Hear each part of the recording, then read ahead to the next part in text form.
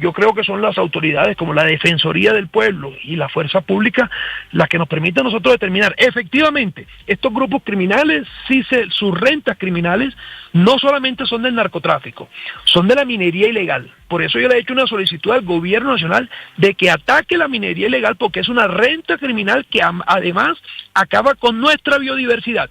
Y si hablamos de un gobierno que protege la vida, que le interesa la vida y que quiere que el turismo se siga consolidando como un sector económico que genere riqueza y bienestar en Colombia, hay que actuar en contra de la minería ilegal porque está acabando con la biodiversidad del país. Y por otro lado, el contrabando.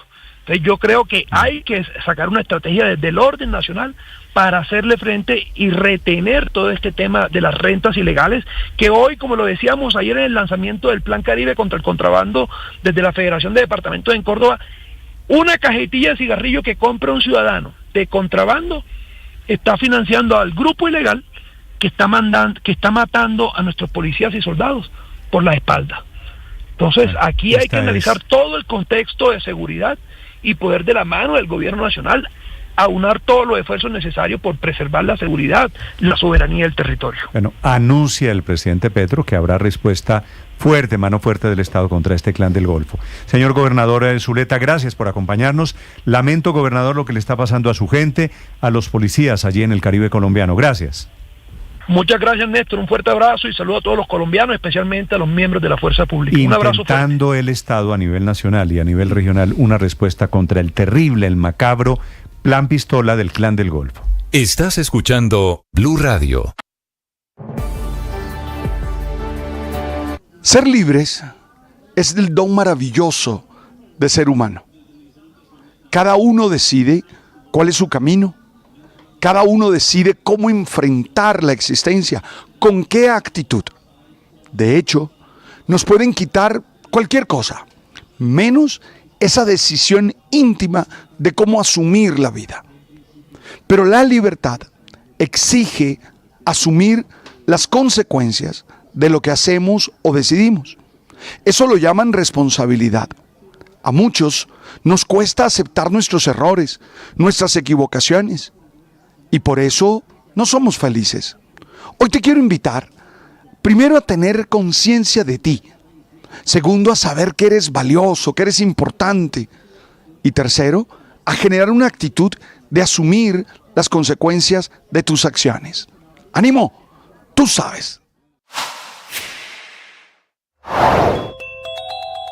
Luego de una deliberación, quienes votaron sobre la conmoción interior, aunque ustedes dirán, ¿ya para qué? Si ya pasaron los 90 días, es muy importante porque quiere decir, para efectos prácticos, que se salvan unos de los decretos, que el clan del Golfo tiene un capítulo aparte, muy diferente, histórico, en el departamento de Antioquia, en donde ha matado 7 de los 29 policías de los que estamos dando cuenta esta mañana. El coronel Oscar Rico es el comandante de la policía allí en Antioquia. Coronel, buenos días. Yo soy Patria Néstor, cordial saludo para ustedes, su equipo de trabajo y todos los radioescuchas que están sintonizados. Coronel, en este primero, pues un abrazo, nuestra solidaridad por el asesinato de sus hombres en este plan pistola. ¿Qué está pasando, coronel?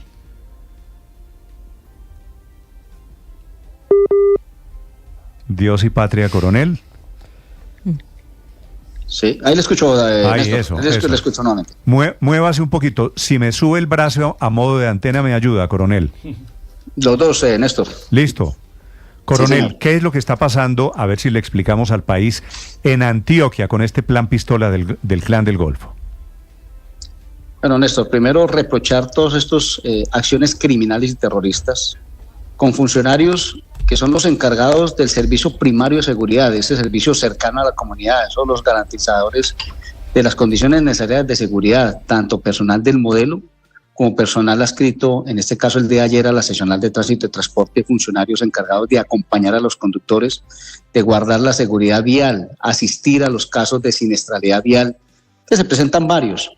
Aquí lo que está pasando es una oleada terrorista por parte del Clan del Golfo, por los hechos y resultados presentados por la fuerza pública. Empezamos desde la neutralización de alias Terror, alias Chirimoya, los resultados que hemos dado acá con las incautaciones de estupefacientes, teniendo en cuenta que uno de los factores de atención de las rentas criminales, que es lo que incrementa el tema delictivo y criminal, son el tráfico y microtráfico de estupefacientes. Posteriormente vienen otras actividades ilegales, pero en ese caso los resultados efectivos que ha presentado la fuerza pública en los últimos 2 meses, gracias también a la información que se han logrado mitigar hechos también delictivos y criminales en contra de la misma población civil y en contra también de la fuerza pública. Entonces esta es una respuesta a todo el trabajo institucional de la fuerza pública y de la Policía Nacional frente a los resultados que ha tenido la policía. ¿Cuáles van a ser las medidas en el departamento de Antioquia de autoprotección,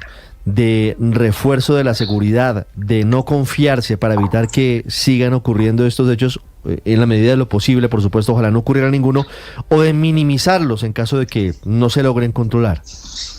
Bueno, hay varias medidas administrativas, preventivas y del servicio. Una de tantas, incrementamos el tema de pie de fuerza, ya unimos los cuadrantes, ya no están 2 policías sino 4 uniformados haciendo los patrullajes de cuadrante. Estamos focalizando más el esfuerzo en el tema de la requisa, que es aquí donde evidenciar personas que están transportando material de guerra, armas y granadas. Ese caso nos dio el día antier en el Bagre, municipio del Bagre, donde se logra, gracias también a la información oportuna que empezó a transitar sobre un sujeto con unas características, y en las horas de la mañana se ubica esta persona, se le encuentra en su poder una granada de fragmentación y nos argumenta que sí tenía las instrucciones de este grupo criminal a atentar contra las instalaciones de policía, como ya sucedió en días anteriores, especialmente en Remedios. Las medidas, que el personal que salga con su permiso a su residencia se lleve el armamento. Hay unas unidades que obviamente por su criticidad se dispuso el alistamiento dentro de las unidades policiales, actividades controladas de nuestro personal, llamando de manera directa a los comandantes de distrito cuando se generen las alertas a los comandantes de estación. Ahí le aclaro que tenemos 73 alertas de afectación a la integridad del servicio, y eso también ha servido para evitar, minimizar y reducir los daños. Algunas medidas administrativas con respecto a las residencias de nuestros uniformados, a estar haciendo, incluirlas dentro de los patrullajes y dentro de los recorridos de estos funcionarios, tomar contacto con nuestros funcionarios que están en plan vacacional, que están en plan de descanso fuera de aquí el departamento, y otras medidas consagradas en el servicio con respecto a la protección, a los comunicados, al contacto de manera mucho más consecuente a través de nuestra central de radio. Entonces esas medidas han servido para coayudar y minimizar. Ahí, como le digo, hay muchas acciones que han mitigado daños mayores. La misma comunidad nos ha alertado sobre artefactos explosivos ubicados por vías terciarias, vías principales, digamos que se ha logrado contener a través de las activaciones y contener con evitar el paso de uniformados y alertar también a nuestras fuerzas militares. Claro, coronel, nos explicaba el gobernador Erasmo Zuleta que se van a restringir los permisos o las solicitudes de vacaciones para quienes vayan a ir o deseen ir a zonas donde esté rigiendo este plan pistola del Clan del Golfo. Usted nos acaba de decir que están haciendo contacto con quienes están en vacaciones. ¿Ese contacto es para suspender las vacaciones o para qué, coronel? No, acompañamiento, que nuestros uniformados no se sientan solos frente a este flagelo que está presentando, motivándolos. No podemos claudicar y dejar que estos delincuentes sigan atentando con nuestra familia.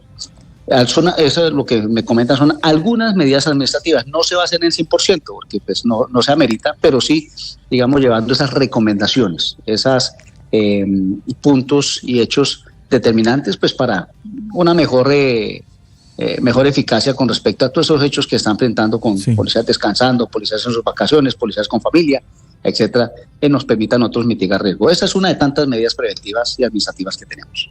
Claro, coronel, pero ¿qué han identificado las zonas de mayor riesgo en el departamento, donde incluso algunos de ellos tienen amenazas, como las 2 patrulleras en Remedios que actuaron en el lanzamiento de una granada y que estuvieron en medio de esas situaciones? ¿Qué medidas han tomado frente a eso? No, motivar a nuestro personal, ese movimiento de esos funcionarios, de esas patrulleras, de nuestro patrullero, es un aliciente del entrenamiento que tenemos, del arrojo que debemos tener que el servicio y también del objetivo primario o el propósito institucional de brindarle seguridad a nuestra comunidad. Estas 2 valerosas mujeres, este valeroso heroico policial, ya fueron extraídos del municipio, se encuentran acá con nosotros y ya las disposiciones que se tomaron es destinaciones, ubicaciones al lugar más seguro donde estos uniformados quieran, y obviamente es patrocinar este tipo de hechos que estos 3 policías no pueden ser inferiores y menores a los 4.923 funcionarios más que tengo aquí en el departamento. Es Sí. el coronel Oscar Rico, el comandante de la policía en el departamento de Antioquia, con nosotros, hablando del plan Pistola del Clan del Golfo y de las medidas que han adoptado en las últimas horas para evitar que esto siga ocurriendo. Consecuencia, y eso hay que decirlo, de la ofensiva de la fuerza pública en contra de esos criminales del Clan del Golfo, que se dicen ser un grupo con motivaciones políticas, pero no son más que la escala más baja de criminales, delincuentes, narcos, sicarios y demás, a quienes les dolió que hubieran abatido a alias Chirimoya, que era uno de sus cabecillas. Coronel Rico, gracias por estar con nosotros y sigan adelante en la ofensiva contra el Clan del Golfo. Muchas gracias, así se va a hacer y empezar a informarle a nuestra comunidad que ahí el gobierno tiene un plan de recompensas hasta 200 millones de pesos que nos permita identificar, ubicar, que sirva ese insumo para la posterior captura de los responsables, autores materiales e intelectuales de esos hechos y hasta 20 millones de pesos que nos permitan mitigar hechos que hoy en día tienen la afectación a la fuerza pública. Muchas gracias, Dios y Patria. Estás escuchando Blue Radio.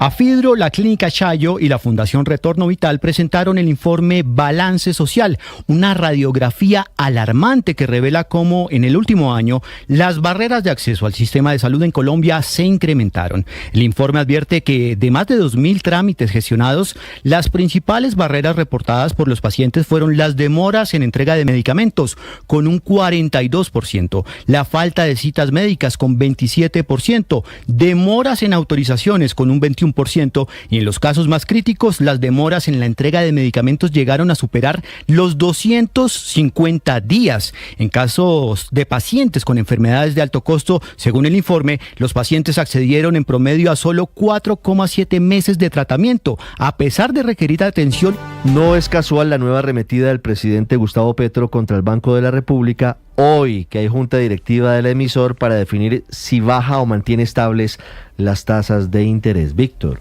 Sí, Ricardo, ya está arrancando una nueva y muy tensa reunión de la Junta Directiva del Banco de la República para definir el punto en el que quedarán las tasas de interés de referencia en el país. Y desde que llegaron nuevos integrantes a la Junta, designados por el presidente Gustavo Petro, pues hay una tensión particular con el gobierno intentando que se bajen las tasas de interés para reactivar más rápidamente la economía. Y con otro grupo de integrantes de Junta que han votado por mantener estables esas tasas durante varios meses, por muchas consideraciones de índole nacional e internacional. Ricardo, recuerde usted lo que ocurrió en la reunión de hace un mes. El presidente Petro pensó en ese momento que ya contaba con mayorías dentro de la Junta del Banco y una de las codirectoras designadas por él no votó por bajar las tasas. Entonces, el presidente se enfureció, se sintió defraudado y arremetió no solo contra ella, contra la doctora Olga Lucía Costa, sino también contra otros integrantes de la Junta. Les dijo de todo. Recordemos, Ricardo, que aquí no solo está en juego el futuro de las tasas de interés, sino también la independencia y el tecnicismo con el que debe actuar el Banco de la República. Y el ambiente, Ricardo, pues se vuelve a calentar desde muy temprano con este trino que está escribiendo en este momento el presidente Petro, y lo voy a leer rápidamente, es corto. Quien aumenta el gasto público en Colombia es el Banco de la República con su alta tasa de interés. Es la deuda interna la que aumenta como gasto público y esta está determinada por la tasa de interés que impone el Banco de la República. Por eso no la bajan, no permiten desahogar financieramente al gobierno y paralizan la economía nacional. Es simplemente una posición política. Hasta ahí el mensaje del presidente. Ahora, pues el doctor Petro, Ricardo, está culpando al Banco de la República por el aumento en el gasto público que los expertos dicen es un tema del resorte del gobierno y bueno, acusa al banco también de estar haciendo política. Muy a lo Trump, amanece hoy el presidente Petro cuestionando al Banco Central. Pero rápidamente le cuento, Ricardo, qué está esperando el mercado. Los analistas encuestados por Fedesarrollo mayoritariamente esperan que hoy el Banco de la República mantenga nuevamente estable su tasa de intervención en el 9,5% por varias razones. La alta inflación todavía estancada por encima del 5%, la difícil posición fiscal del país, que es un tema del gobierno, inclusive por los eventuales efectos de la guerra comercial. Así arranca entonces la Junta de abril del Banco de la República con nueva tensión a bordo. Solo después de la 1 de la tarde conoceremos la decisión definitiva del banco. Es que no es casual, Sí, Paola. bueno, El trino no es casual, Paola. No es casualidad. Todo tiene un porqué. Pues puntaditas que va dando de cara a la reunión que precisamente hay hoy, que el presidente sabe que tal vez no bajarán las tasas como él quiere, y muy similar efectivamente a lo que viene haciendo Donald Trump, Víctor, en los Estados Unidos, que le ha dado igualito, todo tipo, ¿no?, de sablazos a Jeremy Powell. Y pues, es que son igualitos, la verdad es que a mí me parece, ¿no?, casi que, pero en todo, en muchísimos aspectos, y en este es uno de los tantos.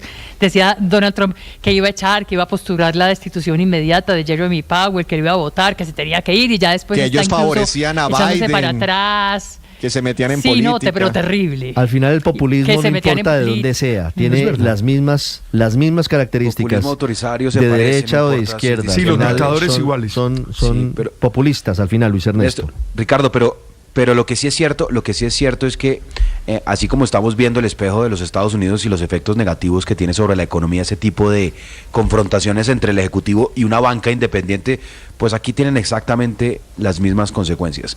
El Banco Central es independiente gracias a una decisión desde hace mucho tiempo que permite que hoy la moneda sea estable. Los países donde esa independencia se pierde, como pasó en Argentina, como pasó en Venezuela, pues saben dónde terminan, y es con una moneda absolutamente devaluada y sin poder adquisitivo. 9:16, ya regresamos. Hay noticia que tiene que ver con el asesinato de Sara Millerey, la mujer trans asesinada brutalmente en Antioquia. Hay noticia que tiene que ver con hechos violentos en el suroccidente del país, y también un desmentido a la presidencia de la República. Esta es Blue, más que radio.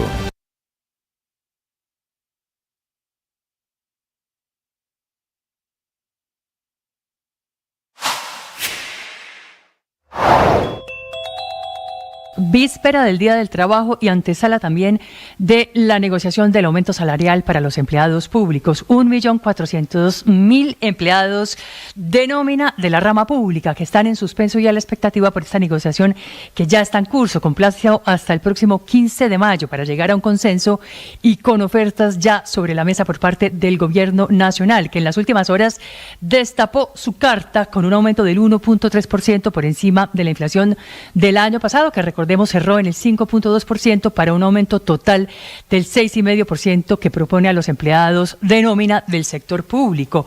Oferta del IPC más el 1.3% que de inmediato rechazaron las centrales obreras del país, Confederación General del Trabajo, CGT, Central Unitaria de Trabajadores, CUT, y un total de 35 sindicatos para los cuales ese aumento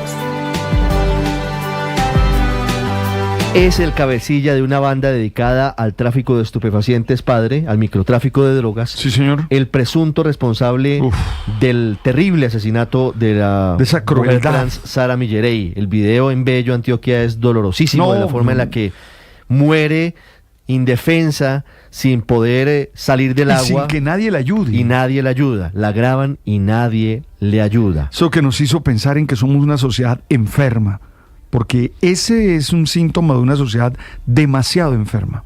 9:18, la captura se produjo en las últimas horas, la hicieron la Fiscalía y la Policía. Felipe García. Sí, señor, fue capturado hace unos momentos el asesino de Sara Millerey, la mujer transgénero, recordemos, de 32 años, asesinada a inicios de este mes, Ricardo, el 4 de abril para ser exacto, en Antioquia, luego de ser víctima de una violenta golpiza en la cual, recordemos, le fracturaron un brazo y una pierna y luego fue lanzada a un río. El criminal fue detenido hace unos momentos en Bello y, según las autoridades, sería integrante de la banda El Mesa, dedicada, como usted mencionaba, al tráfico de estupefacientes. Se trata de Juan Camilo Muñoz Gaviria, alias Teta, quien deberá responder entonces por los delitos de tortura y homicidio agravado. Este delincuente fue capturado en coordinación con la Fiscalía por el delito de tortura y homicidio agravado. La mujer trans, recordemos, fue asesinada en el municipio de Bello, lo que por supuesto causó indignación por la crueldad con la cual fue cometido este crimen. Fue arrojada a la quebrada Playa Rica, donde murió después, lo que quedó registrado en un video publicado en redes sociales. Según los reportes preliminares de este hecho,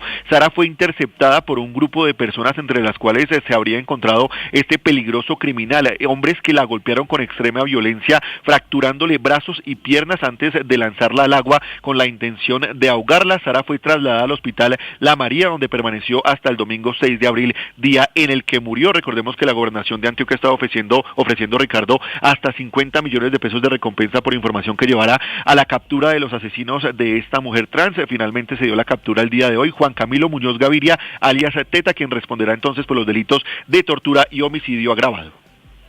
Felipe, gracias. 9:20 minutos. A esta hora las autoridades intentan confirmar si hay explosivos sembrados en una de las vías de entrada por el norte de Popayán. La guerra ya tocó a la capital del departamento del Cauca. Hugo Mario. Ricardo, hay una amenaza de bomba en el norte de la ciudad de Popayán, muy cerca de la zona urbana de esta que es la capital del departamento del Cauca. A un lado de la variante norte, los usuarios de la vía, algunos conductores y transeúntes encontraron una pancarta alusiva al bloque occidental de las disidencias de las FARC y al lado unas bolsas con tubos y cables que podrían ser explosivos. La vía fue cerrada preventivamente mientras antiexplosivos de la policía inspeccionan esos paquetes encontrados en el sitio. Esto es muy cerca, Ricardo, de la Escuela de Carabineros de la Policía allí en la ciudad de Popayán. Hay tránsito restringido de vehículos, está suspendido el paso de carros y de motos hacia Cali y hacia el interior del país mientras se controla o se descarta esta amenaza terrorista allí en el Cauca, Ricardo. Hugo Mario, gracias. 9:21, Felipe, entramos al departamento de rectificaciones que le hacen a la presidencia de la República. Sí, ¿qué pasó? Una historia que es increíble, Felipe, porque no tendría por qué terminar el departamento administrativo de la presidencia rectificado por la oficina de prensa de un senador.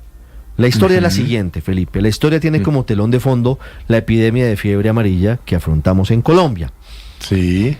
El DAPRE le deseó pronta recuperación a un senador de Nariño, ya nos va a contar la historia completa don Andrés Carmona, y el DAPRE dice quien se recupera o quien afronta la fiebre amarilla.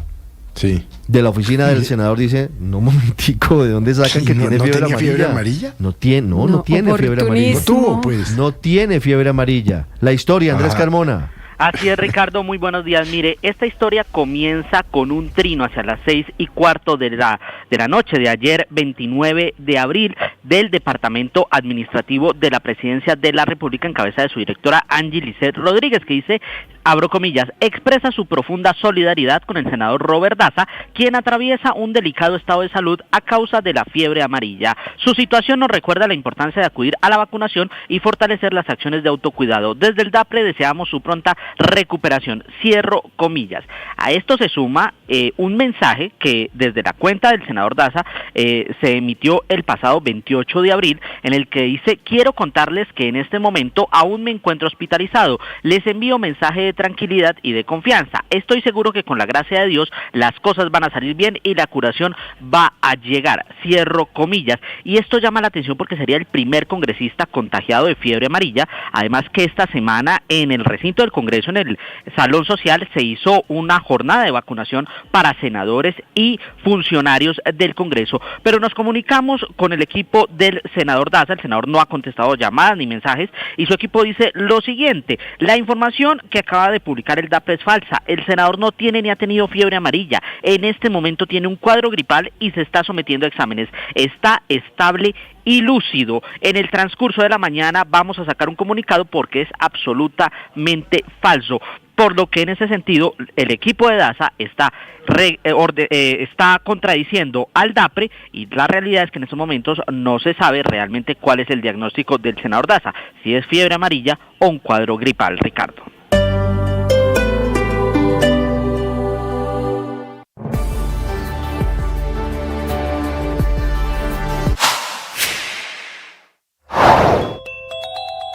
En las últimas semanas, el plan Pistola del Clan del Golfo contra la fuerza pública deja 27 muertos. No paran los ataques terroristas contra la fuerza pública en Antioquia. Delincuentes dispararon contra una patrulla de la policía dejando un uniformado muerto y otro herido cuando estaban adelantando un puesto de control en el municipio de Salgar, suroeste del departamento. El uniformado muerto fue identificado como Rubén Darío Velázquez Guevara, mientras que el herido es el patrullero William Orlando Ortiz Ovalle, que fue enviado a Medellín. El comandante de la policía en Antioquia, el coronel Oscar Mauricio Rico. Se presenta un hecho, un hostigamiento a una patrulla de tránsito y transporte. Sí hay un funcionario asesinado, hay otro herido. Reprochamos todos estos hechos criminales delincuenciales. La escalada terrorista en Antioquia deja a 7 miembros de la fuerza pública asesinados y cerca de 30 heridos. Y en las últimas horas murió en Cartagena el patrullero William Guardo Torres, quien resultó herido luego del ataque a bala contra la patrulla en la que se movilizaba el pasado jueves. Salimos corriendo, nos levantamos, tomamos el arma de dotación, buscamos los chalecos antibalas y bajamos a apoyar al compañero que tenemos que enfrentar absolutamente todo. No nos podemos dejar acobardar por la delincuencia que hay en el país. Ante esto, el general Carlos Triana, director de la Policía Nacional, anunció que se van a suspender las vacaciones en algunos departamentos, mientras que otros policías podrán llegar a sus casas con sus armas de dotación.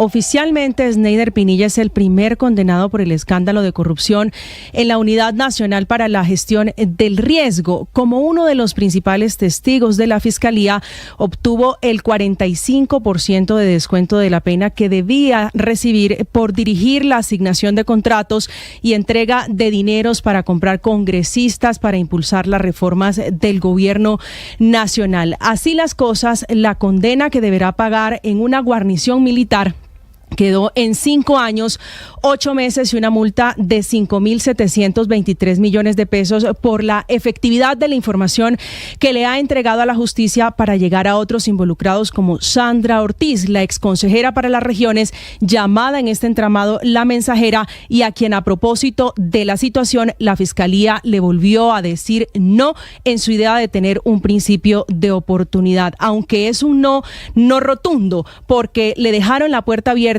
a un preacuerdo que sustancialmente tiene diferencias en cuanto a los beneficios judiciales a los que podría acceder.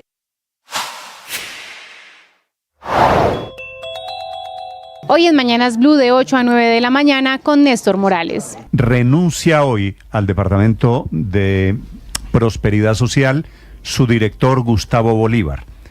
Tiene cita esta tarde con el presidente Gustavo Petro para entregarle la carta de renuncia, para cuadrar su salida, que tendrá que ser prácticamente ya la próxima semana, porque va a ser, Felipe, candidato presidencial. Ya es una decisión tomada a nombre del petrismo. Y Bolívar tomó la decisión, que lo estuvo meditando, evaluando, de renunciar. Repito, lo hará de carácter oficial esta tarde, en una conversación prevista con el presidente de la República, para representarlo a él, a su proyecto político en las elecciones del año 2026. Así que otro, Felipe, este es muy del corazón del presidente Gustavo Petro. No, pues total. Muy leal. Acuérdese que le dijo, presidente, yo a usted lo amo. Bueno, Felipe, acuérdese, pues. Ahora intentando, después de todo...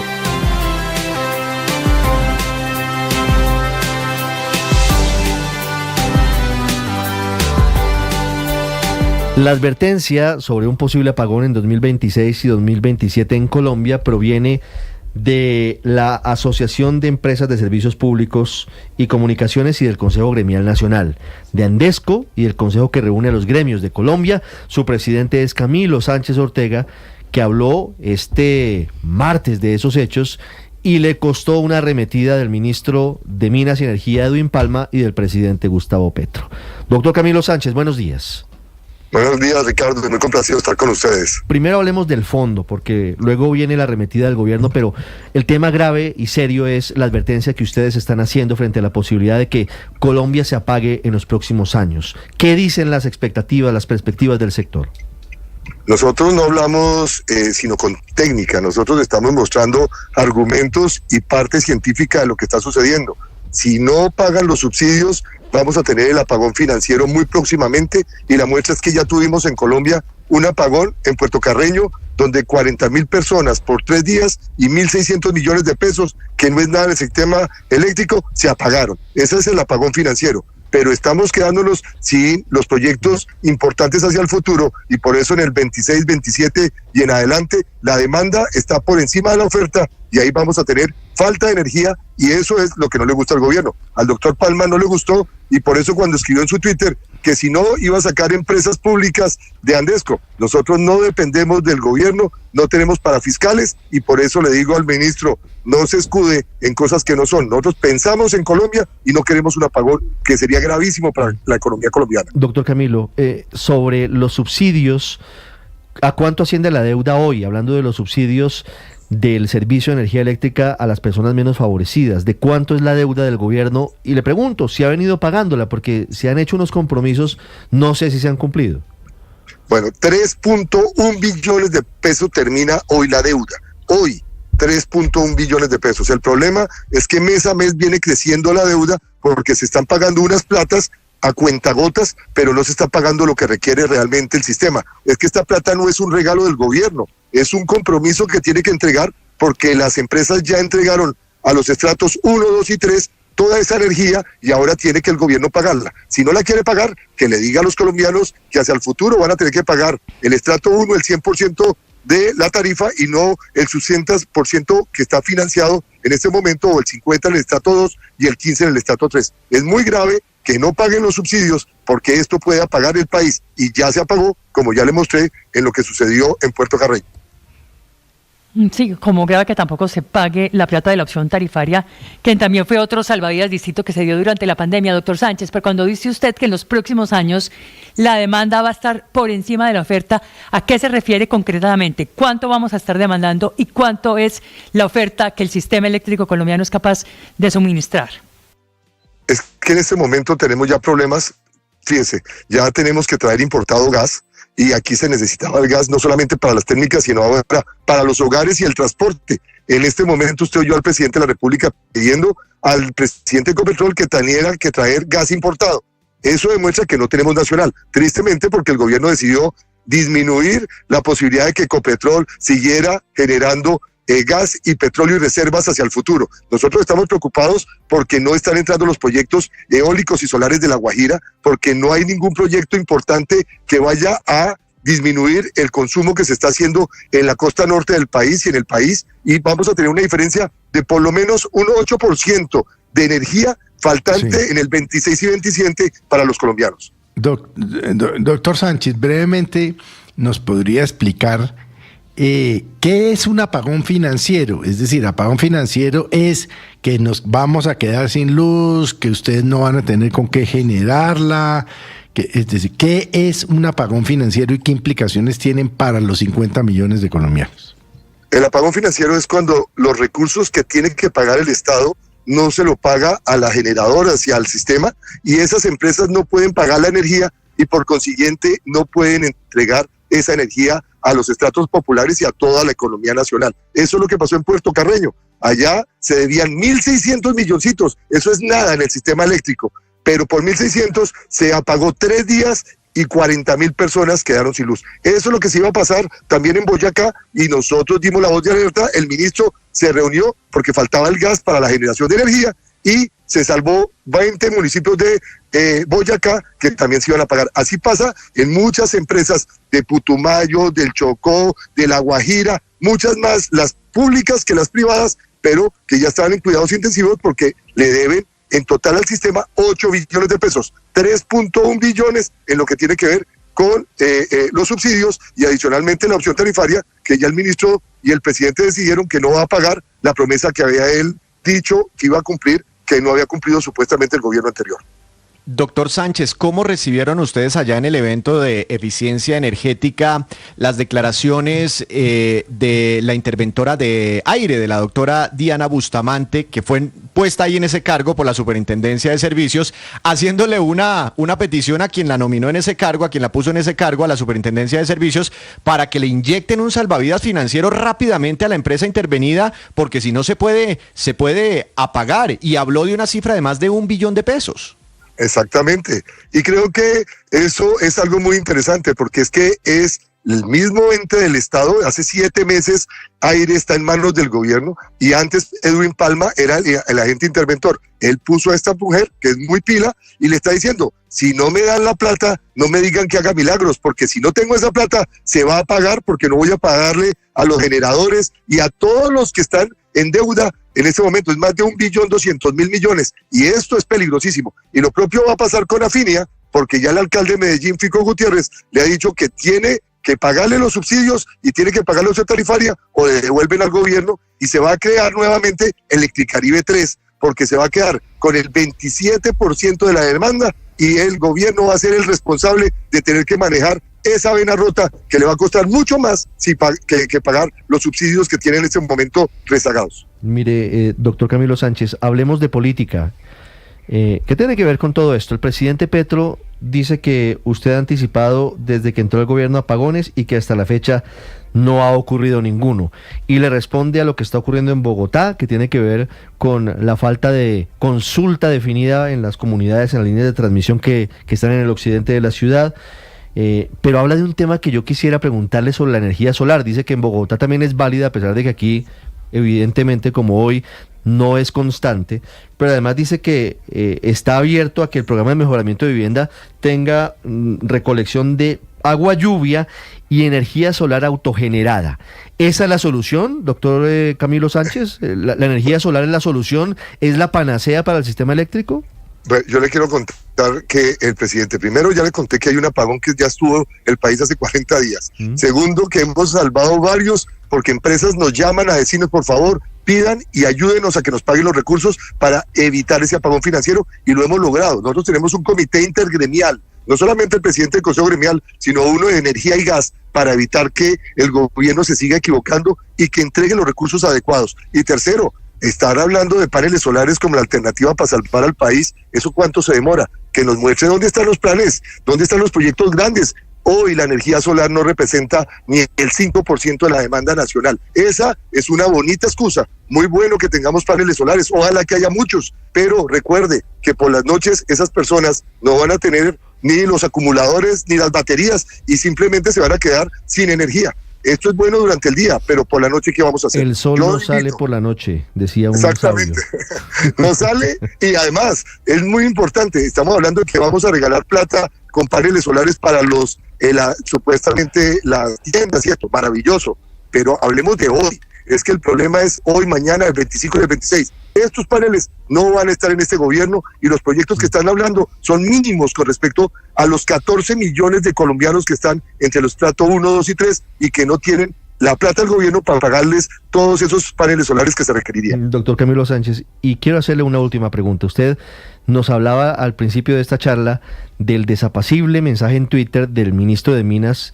en su contra. Un mensaje larguísimo donde dice que invita a las empresas públicas del gobierno a retirarse de Andesco. Usted dice, no dependemos de los parafiscales. Pero ¿cómo queda la interlocución suya con un ministro que lo tiene en semejante nivel de poca estimación? Le dedica 1, 2, 3, 4, 5, 6 párrafos en una arremetida durísima en su contra. Yo le quiero contar, primero, que él está haciendo política. Él me dice que yo lo hago. Yo, gracias a Dios, ya fui todo lo que quería hacer. Fui congresista, fui ministro, he sido empresario y hoy soy director gremial desde hace 7 años. No hago política y ese es el éxito que tengo hoy, porque yo no estoy de candidato, no voy a ser candidato y estoy trabajando es por los intereses generales de este país. Y ahí, lo más importante, que no se escude en un discurso. Nosotros tenemos empresarios muy importantes que están ayudando a que este país se siga manteniendo prendido. Y nosotros lo que le pedimos es que no caiga en esas tentaciones de dictaduras disfrazadas de democracia, donde le está diciendo a empresarios que están felices con nosotros porque le estamos haciendo que le paguen los recursos que, por ejemplo, Aire pide, que no, lo piden otras empresas muy importantes públicas y que, lo que repito, hacía muchos años no veíamos a alguien que fuera tan altanero tratando de presionar y que nos callemos. Los gremios no nos vamos a callar. En los países donde se callaron los gremios, ya tenemos dictaduras disfrazadas de democracia. Nicaragua, Venezuela y Cuba no van a ser Colombia. Es el presidente del Consejo Gremial Nacional, es el presidente de Andesco, Camilo Sánchez Ortega, con nosotros. Doctor Camilo Sánchez, muchas gracias. Muchas gracias y un abrazo para todos. Estás escuchando Blue Radio. 1 millón. 1 millón. 1 millón de noticias, sueños, emociones. 1 millón de seguidores. 1 millón de seguidores. 1 millón. Decirlo suena fácil. Lograrlo es de trabajo. Mucho trabajo. Ya somos más de 1 millón de suscriptores en nuestro canal de YouTube. Y sumando, 1.010.000. Sumando, 1.020.000. Y sumando. Blue, más que radio.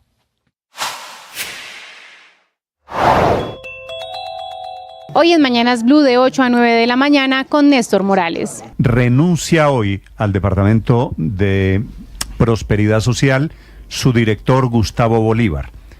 tiene cita esta tarde con el presidente Gustavo Petro para entregarle la carta de renuncia, para cuadrar su salida, que tendrá que ser prácticamente ya la próxima semana, porque va a ser, Felipe, candidato presidencial. Ya es una decisión tomada a nombre del petrismo. Y Bolívar tomó la decisión, que lo estuvo meditando, evaluando, de renunciar. Repito, lo hará de carácter oficial esta tarde, en una conversación prevista con el presidente de la República, para representarlo a él, a su proyecto político en las elecciones del año 2026. Así que otro, Felipe, este es muy del corazón del presidente Gustavo Petro. No, pues total. Muy leal. Acuérdese que le dijo, presidente, yo a usted lo amo. Bueno, Felipe, acuérdese, pues. Ahora intentando, después de todos esos devaneos, de esos coqueteos políticos, intentando que el presidente Petro le endose los votos. El presidente Petro, que es un gran animador del debate político, el presidente Petro sigue él, no su gobierno. Petro sigue siendo... 9 de la mañana, 41 minutos. A esta hora la información deportiva con TCC en Mañanas Blue. Morelos que descargó la pelota para Cardona, que le pegó desde la mitad de la cancha. No, qué golazo. No, qué golazo. No. Apague, vamos.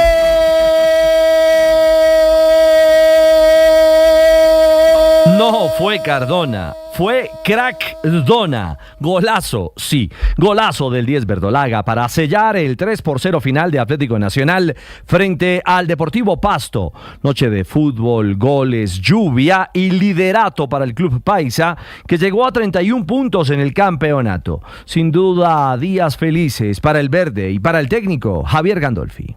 Es un resultado que nos deja en la punta, nos deja en una posición que queríamos estar y bueno, estoy muy contento más que nada también por el rendimiento de los chicos.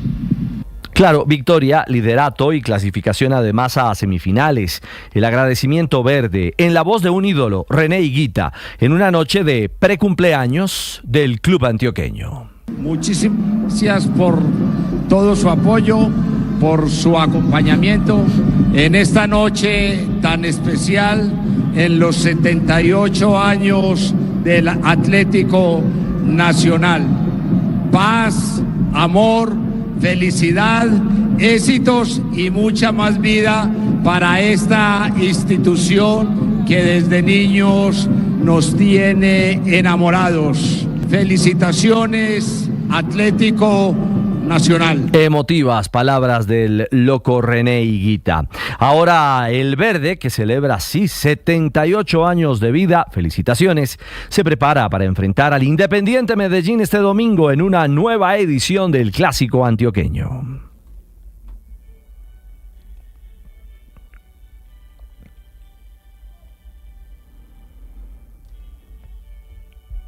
Es la Champions, que hoy continúa en su ruta de la fase semifinal. Será en Barcelona, donde el conjunto catalán enfrente al Inter de Milán. Primer duelo entre dos equipos, dos estilos y dos realidades. El Barça, que camina líder y sólido en la Liga de España, y un Inter en medio de la irregularidad de sus resultados. Lo cierto es que es la Champions y cualquier cosa puede pasar. Incluso que se den preguntas como esta de un reportero a Lamine Yamal. ¿Anda agrandado o no la joya del Barcelona? Escuchen. Bueno, a la gente que utiliza tu juventud muchas veces, ¿no? 17 años, llevas poco en la élite, pero muy intenso, que dice que igual estás demasiado crecidito y tal. ¿Cuál es la respuesta de Lamine Yamal a todos estos comentarios? Gracias, Lamine. Porque bueno, mientras gane, no me pueden decir nada. Cuando me ganen, sí. Cuando me ganen, sí, dice Yamal. Bueno, lo veremos. La visión italiana, la otra cara, la de un delantero, el as, Lautaro Martínez, hablando del poder defensivo, sí, del poder defensivo, clave en este Inter italiano. Tenemos que hacer un grandísimo trabajo defensivo, todos juntos como lo venimos haciendo. Nosotros somos un equipo que en esta competición hemos defendido muy bien a rivales importantes, a jugadores importantes, y tenemos que trabajar todos juntos, atacar y defender todos juntos y tratar de no hacer que tengan situaciones de gol. Barcelona-Inter, hoy en España. El próximo martes 6 de mayo será el juego de vuelta en Milán. Pausa y hablamos de Colombia, su debut hoy en el Sudamericano Sub-17 y la NBA que anda electrizante. 28, 29, 30. ¡Que lo destape! ¡Que lo destape! Pero antes, ¿me regaló una firmita de recibido, doña Marta? En TCC somos felices cumpliendo. Vigilado Supertransporte.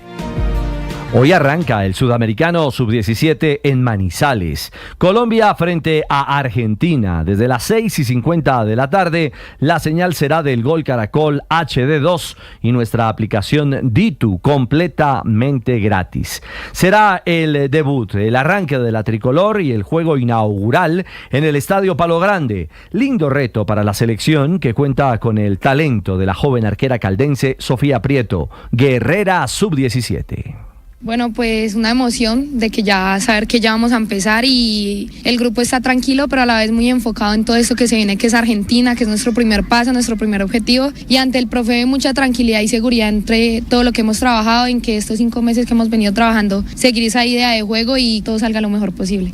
Desde hoy la fiesta del Sudamericano Sub-17 se vivirá en Manizales, Palmira y Cali. Este torneo dará 4 cupos al Mundial de Marruecos en el 2025. Hacia arriba, Detroit por 2 puntos ante Nueva York. Cunningham. 2 que lo persiguen, lo acorralan y llegó el respaldo en ofensiva. Jalen Donen. Es el Pep Garzón, es la NBA por Ditu en nuestra aplicación. Al final Detroit, los Pistons, ganaron 106-103 ante los Knicks en Nueva York. Serie abierta, que ahora está 3-2 en favor de los neoyorquinos. El quinto juego en el Madison Square Garden fue para la visita. Todo gracias al aporte de Cade Cunningham, que anotó 24 puntos, 8 rebotes y 8 asistencias. Triunfo de los Pistons, que sueñan con la remontada y ahora se vendrá el 6º juego de una serie electrizante. Con la magia, el poder y la batalla de los gigantes en la NBA, cerramos la información deportiva. 9:46 a esta hora en Mañanas Blue.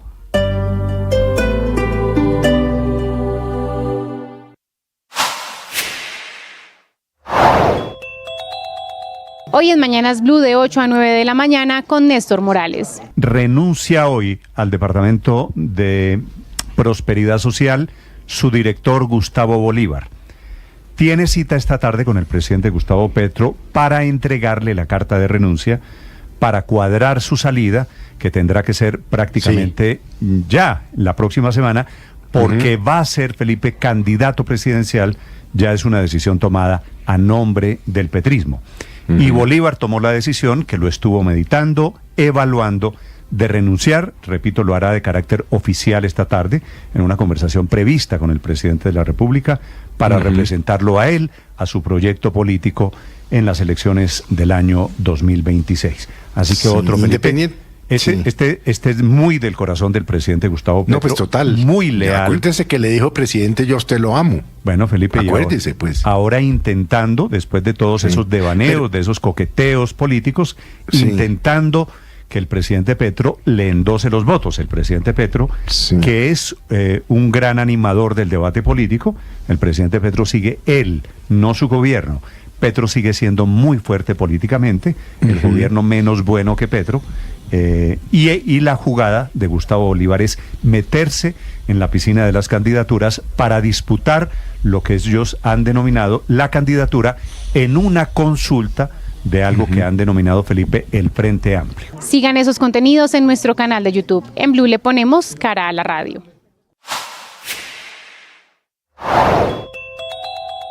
Desde San José del Guaviare, el ministro de Defensa, Pedro Sánchez, afirmó que van a ofrecer una recompensa de hasta 50 millones de pesos para quien ayude a ubicar a alias Miller, el cabecilla de las disidencias de alias Calarcá, responsable del asesinato de 7 militares en una emboscada. Cuyo asesino es un exfirmante de paz, alias Miller. Nosotros ofrecemos hasta 50 millones de pesos por información.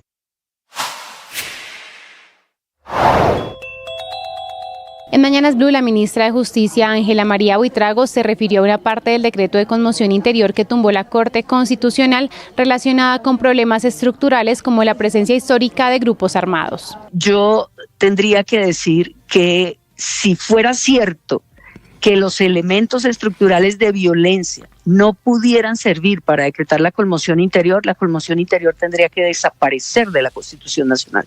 Porque la violencia en Colombia de grupos armados, y aquí es bueno hacer precisión, después de la firma de la paz, no es cierto que hasta ahora se está generando esta violencia. Desde el 2016 se han incrementado los grupos criminales y se han incrementado los residuales y se han incrementado las disidencias de manera que llama mucho la atención. Incluso hay un estudio de Indepaz hasta el año 2020 en donde muestra estos elementos. Sigan toda esa información en bluradio.com. En Blue le ponemos cara a la radio.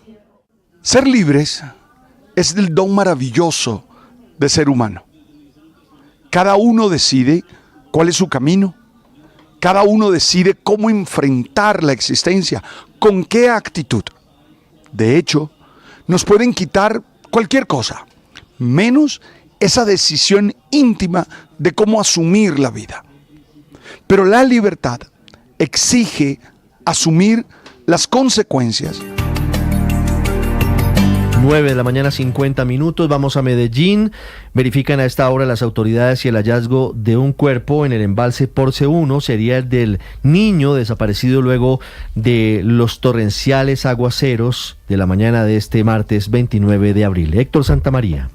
Pues Ricardo, la confirmación del hallazgo de este cadáver la hizo el propio alcalde de Medellín, Federico Gutiérrez, por medio de la red social X, donde aseguró que podría tratarse de José Miguel, el niño de 13 años que desapareció luego de la creciente generada, recordará usted, por la emergencia en el corregimiento Altavista, por lo que están en contacto con la familia, verificando y esperando la confirmación de las autoridades. Esta tragedia comenzó y que enluta a una familia de 5 integrantes, quienes vivían en una casa y que fue arrasada por la quebrada La Guayabala. Se dio por la creciente El Afluente, donde también murió Juliet Arboleda López, la mamá, una mujer de 37 años. Sobre cómo se vio ese momento, el tío de la víctima, William de Jesús López. Fueron a salir y en ese momento el niño se devolvió, que por la mamá, estaba en la sala. Me imagino que en el momento que el niño salió por la mamá, reventó acá y reventó el muro y se los llevó. Por las vías que aún están colapsadas en la zona rural de Medellín, la alcaldía ha identificado ya más de 800 personas damnificadas y se declaró la calamidad pública, Ricardo. Héctor, gracias. Hay noticia en la Corte Suprema de Justicia contra un exgobernador de Arauca vinculado en un escándalo de corrupción. Sergio Barbosa. La Sala Especial de Primera Instancia de la Corte Suprema de Justicia anunció este martes que condenará al exgobernador de Arauca, José Facundo Castillo, por las irregularidades multimillonarias en contratación de elementos escolares durante su primer mandato. En la audiencia, el exgobernador le pidió a la Corte Suprema que le otorgue el beneficio de casa por cárcel, argumentando el tiempo que lleva recluido en la cárcel Picota de Bogotá. ¿Qué hace mi defensa en la solicitud de prisión domiciliaria? Señor magistrado doctor Ariel Augusto Torres y demás magistrados que integran la sala, de la manera más respetuosa, les solicito que me permitan estar con mis hijos, con mi familia, sobre todo con mi hijo adolescente, quien requiere el apoyo de su padre para que lo oriente y pueda ser una persona de bien el día de mañana. Y es que de acuerdo con la Fiscalía, el exgobernador permitió la celebración de 2 contratos firmados en diciembre de 2012 y octubre del 2013 relacionados con la dotación de mobiliario escolar, material pedagógico y herramientas agropecuarias para instituciones educativas del departamento sin que se cumplieran los requisitos legales que están establecidos. Al respecto de la petición de prisión domiciliaria, el magistrado ponente no se pronunció y en cambio anunció que en los próximos días se conocerá el monto de la pena a la cual será condenado José Facundo Castillo por corrupción. Hay noticia importante frente a las exportaciones de café durante el primer trimestre de este año. Estados Unidos es el principal destino con más de 1.400 millones de sacos, 1,44 millones de sacos, un crecimiento del 30,7%, 1.400.000 sacos de café. Esa debe ser la cifra, Ricardo. Gracias, don Miguel 1,4 Garzón. millones. 1.400.000 sacos de café. Ricardo, buenos días. Colombia exportó 3,59 millones de sacos de 60 kilogramos de café, registrando un crecimiento del 20,1% frente al mismo periodo del año 2024. De acuerdo al gerente de la Federación, Germán Bahamón, de esta manera se envía un mensaje de confiabilidad como origen de café arábico de calidad, con el mejor comportamiento en el primer cuarto de los últimos 5 años. El valor estimado de las exportaciones alcanzó 1.315 millones de dólares, un aumento del 64,5% frente al primer cuarto del año 2024, explicado por los mejores precios y un mayor volumen del grano. Estados Unidos se consolidó como el principal destino con 1,44 millones de sacos, un crecimiento del 30,7%, seguido de Alemania, Canadá y Bélgica. Este desempeño del primer trimestre del año 2025 evidencia una reactivación sólida de las exportaciones cafeteras colombianas, de acuerdo a la Federación. Este resultado refuerza la competitividad internacional del café colombiano, incluso en un contexto de desafíos logísticos y geopolíticos como el actual. Hablando del apagón en España, en la península ibérica de esta semana, habló la presidenta del gestor eléctrico español, la exministra Beatriz Corredor. Señala que el sistema eléctrico ibérico es el mejor de Europa, a pesar del apagón, y descarta que haya sido un ciberataque. Enrique Rodríguez. Ha vuelto a insistir en esa línea de defensa, si podemos decirlo así, que no ha habido un ciberataque, al menos eso es lo que indican sus informes, aunque la ministra en una entrevista esta mañana, la exministra mejor dicho, ha confirmado que está dispuesta a que el gobierno pueda investigar, las autoridades de la inteligencia española pueden investigar lo que allí pasó. Preguntado sobre si sabía ya la causa de este incidente, ha dicho que la tenían más o menos localizada, pero no ha precisado qué es lo que provocó el apagón del pasado lunes, que tuvo a buena parte del país más de 12 horas sin suministro eléctrico, Ricardo. 9:56 minutos. Marcial González es doctor en Ingeniería Eléctrica de la Universidad Carlos III de Madrid, hablando del análisis de los días después de este apagón, de las posibles causas para evitar que se repita en Europa y en el mundo. Doctor González, buenos días en Colombia, buenas tardes para usted. Buenas, ¿qué tal? ¿Cómo están? ¿Cuáles son las primeras hipótesis que han podido ustedes analizar de las causas del apagón en la península ibérica? Bueno, con los pocos datos que tenemos actualmente, porque aún tenemos que esperar el informe final del operador del sistema, que es Red Eléctrica de España, se pueden apuntar a un, digamos, no a una causa única, sino un conjunto de múltiples causas, de las que, bueno, se ha comentado todos estos días, que pueden llegar a unirse para provocar un efecto cascada y acabar provocando pues este cero energético, este colapso de las tensiones en el sistema. Se habla de un punto de operación del sistema donde estaban ocurriendo lo que se conocen como unas oscilaciones de potencia y frecuencia interárea, todo esto interconectado dentro del sistema europeo.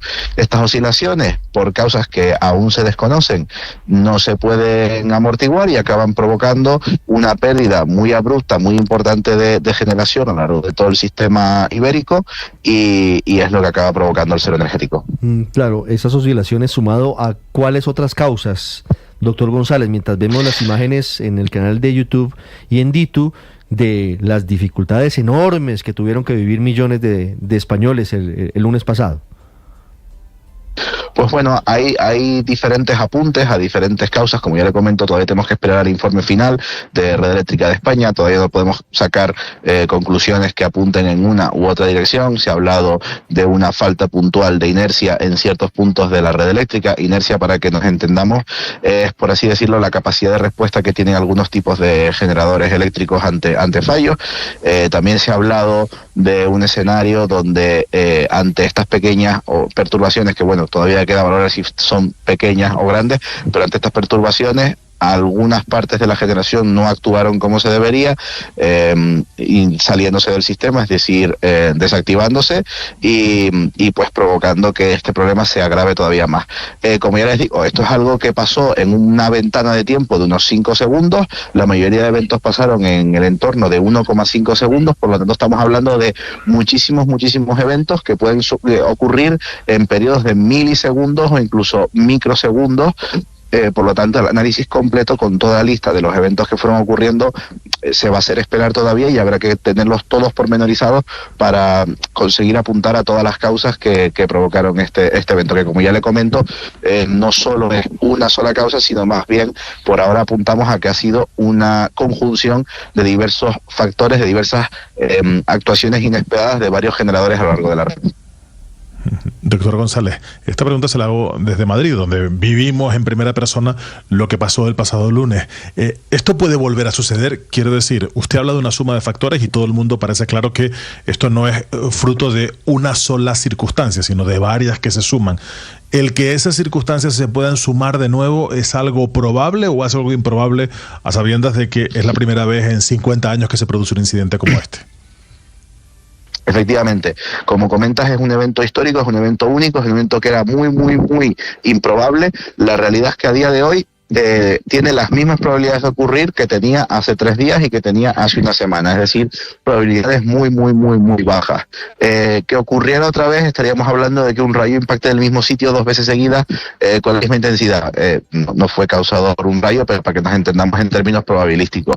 Es muy, muy, muy poco probable que vuelva a ocurrir. El sistema español dentro del sistema de red eléctrica europea es uno de los sistemas eléctricos más robustos del mundo, más confiables, y de los que menos fallos podemos esperar. Paradójicamente se ha producido este fallo, tendremos que analizar las causas en un futuro, pero esto no quita que siga siendo un sistema eléctrico muy fiable y que no es esperable ningún tipo de fallo en los próximos días, a pesar de que puede ser posible. Esta es la paradójica diferencia muchas veces entre algo posible y algo poco probable. Estamos ante un evento igual de posible que hace 3 días, pero muy, muy, muy improbable. Doctor González, le quiero hacer una última pregunta sobre una de las causas que se ha barajado, y es el hecho de que haya